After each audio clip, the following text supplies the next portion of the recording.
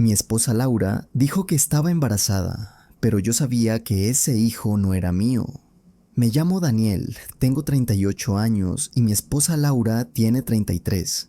Llevábamos 2 años casados y antes de eso habíamos estado juntos otros 3.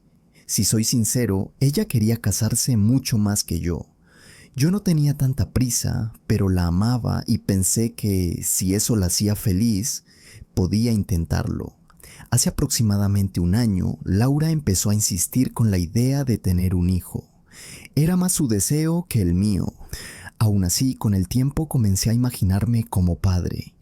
Empezamos a intentarlo casi de inmediato, pero los meses pasaban y no ocurría nada. Con cada intento fallido, su carácter cambiaba.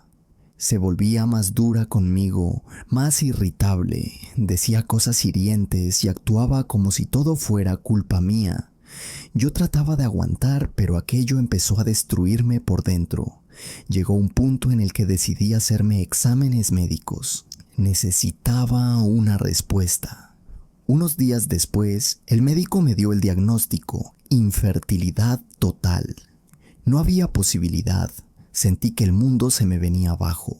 Aunque el deseo de tener un hijo no había sido mío al principio, ya me había hecho a la idea. Saber que nunca podría ser padre fue uno de los golpes más duros de mi vida. Aún así, no tuve el valor de decírselo de inmediato. Su comportamiento ya era bastante agresivo y tenía miedo de su reacción.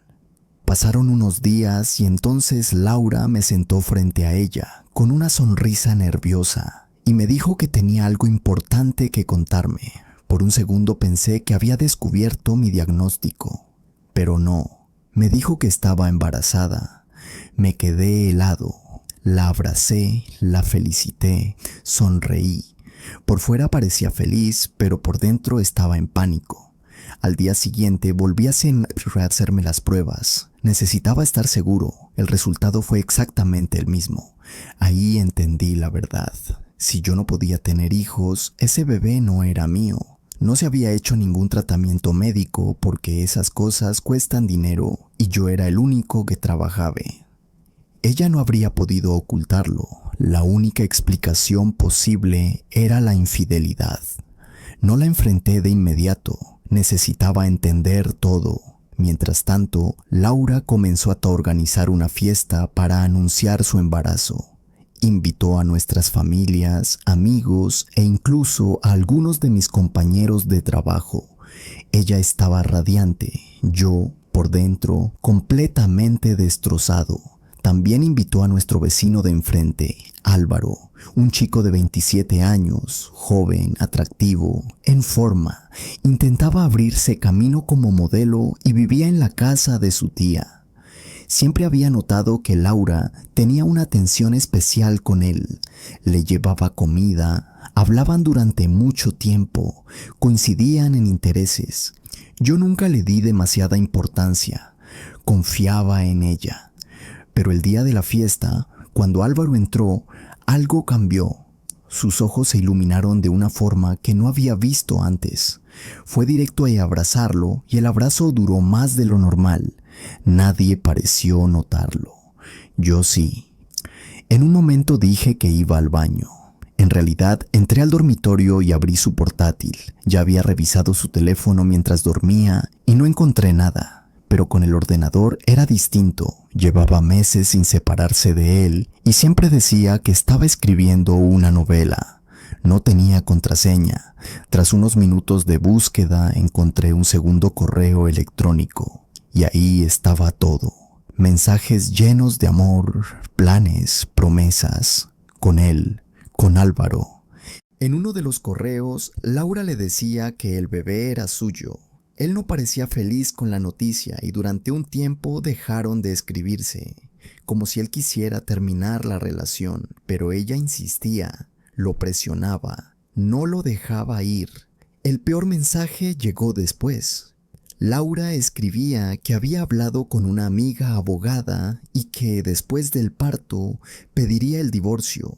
La idea siempre había sido hacerme creer que el hijo era mío para luego exigirme pensión y manutención, Quería usar mi dinero para construir una vida con él. No era solo la infidelidad lo que me destrozó, fue la frialdad del plan. Yo no era su marido, era una herramienta. Hice fotos de los correos y dejé el portátil en su sitio. Volví con los invitados y seguí actuando como si nada pasara.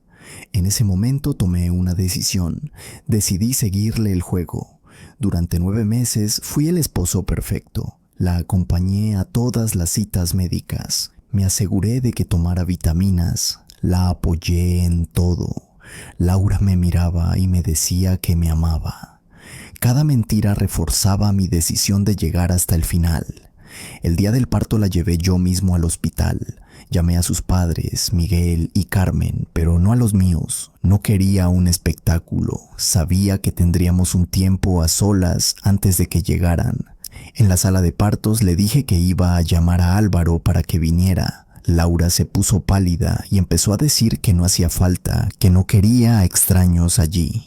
Entonces saqué los documentos, mis pruebas médicas y los papeles del divorcio que había presentado días antes de la fecha prevista del parto. Le dije la verdad, que yo no podía ser el padre, que sabía lo de los correos, que sabía quién era el verdadero padre. Su cara lo dijo todo. Intentó hablar, pero no pudo. Me di la vuelta y me fui. Al salir del hospital llamé a Álvaro y le dije que Laura estaba dando a luz.